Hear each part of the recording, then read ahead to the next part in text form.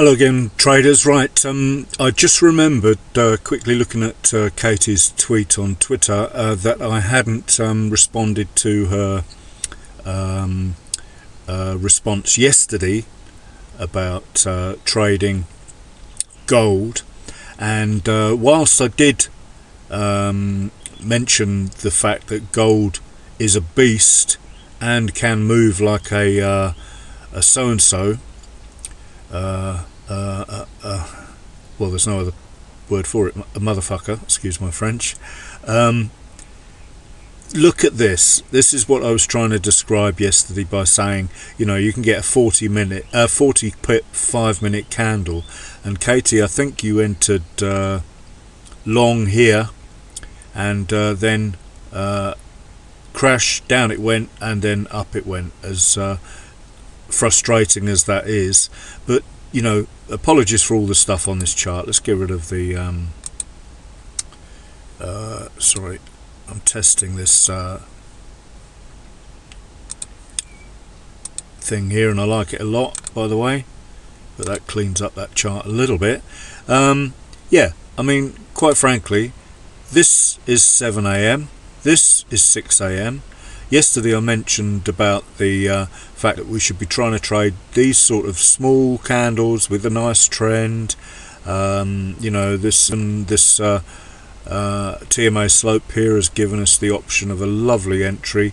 As I've said before, you know, you wouldn't want to be going long with a green or long with a green, because you're straight into the dragon, or if you just want to look at support and resistance, you're straight into resistance there. So at this point, look at the difference here, pre-Frankfurt and pre-London Open. Bit of a beast of a candle there, but once again, you know, you shouldn't be looking for shorts. The other thing to say, and I did mention this yesterday, you know, you've got to extend, you've got to give yourself larger stops with gold, come what may. If something, work on a rule of thumb. I have mentioned this in tweets before, but you know, this 3009 or 3090 is 309 pips. So as a rule of thumb, if you should use about 20% as a stop, so 20% should be 60 pips. So if you've got to use a bigger stop, then you just divide your trade size. So if you're used to trading, I don't know, EU for instance, with an average daily range of, I don't know what it is, 70 say, then 20% of 70 is 14 pips. So something that's 120 pips is crikey, mental arithmetic, 20 pips, and 2 2s are 4, 24 pips. So just use that as a rule of thumb. So gold, think about this, you need a 60 pip stop loss, so divide your trade by 3 trade size, and that gives you a 20 pip stop loss, sensibly speaking, you know, or you've got to have the 60 pip stop, but it's only equivalent to 20 pips in real money, if that makes sense. Hopefully that makes sense. Get a piece of paper and an envelope out, or get a pen and an envelope and do some calculations on it, you know. So anyway, back to gold. Sorry for that bit of a preach there. Look at the state of that range there and that mess. Frankfurt session, London session, you know, and then look what happens. And I meant to tweet about this as well. Okay, if you can't get up early in the morning, but I'm suggested for Katie, because I know you're in Germany, Katie, you're an hour or two ahead of us, you know, so that's a 6 a.m. alarm call. Nice little trade, finish for the day. Or wait till after the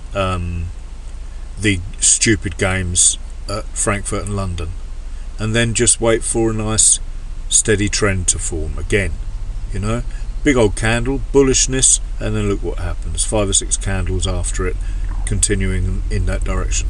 We can look at previous days. Now watch this totally sort of discount what I've just said, but no, actually, so nice smooth trends running up to 6 a.m. and remember, this is a 4-hour close as well, which often creates a little bit of volatility.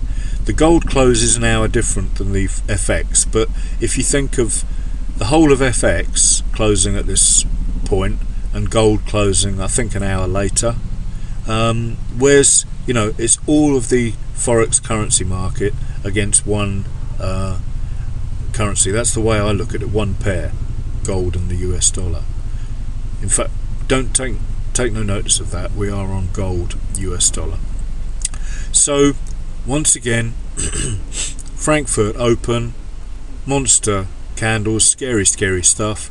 London open, not so bad. We haven't had a, you know, they've done the stop outs and the you know, the bringing in the buyers and then faking in the buyers, taking the stops out, say up here, and then reversal. But you know, why put yourself through that stress? I mentioned this on Twitter as well. For years and years and years and years, I stopped trading at 6:55 in the morning. Here, 5 minutes to 7. Let the Frankfurt boys do their stuff. The reason 5 minutes to 7, because you used to get this. This is a 5-minute chart, and this personifies the reason. You get this silly spike. I don't want to be involved in that, you know.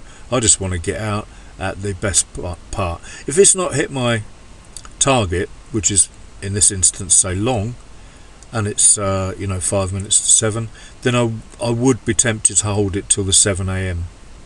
Switch over, but be out before 7 a.m. before that clock ticks over. I believe this is the algos driving the price into a particular position. They are finding a position, and look what happens. They've reversed it right on the 7 a.m. Oh, this is 6 a.m. I do apologise. Here we are. I disregard that whole 5 minutes there. I'm talking about this point here. But this signifies hourly changes. Our candle changes will do reversals as well. So I'm not going to retake this video. I apologise for that error, but you get what I mean. Hourly candles, that's another one of my rules. Be out before the changeover, because you will pay dearly. Same goes for 30 minutes, to be honest with you, quite often. In fact, even 15 minutes. All of those will cause some sort of pullback, because the algorithms are working on tick charts. So when that hourly change, it's a massive event for a tick chart. When the 15-minute change, it's a massive event for a tick chart, in my opinion. Anyway, I've gone totally and utterly off the subject, but back to what I'm talking about, Katie.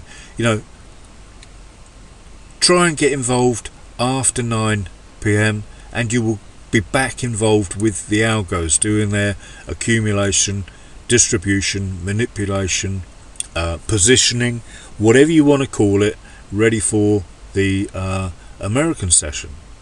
So the only reason I've not specialised in this bit here after 9 a.m. is because I specialised in this bit here and then went off and did something far more interesting instead. Okay, so moral of the story, try and steer clear of this lot, concentrate on this lot, or concentrate on this lot. Okay, thanks for watching. Have a great day guys.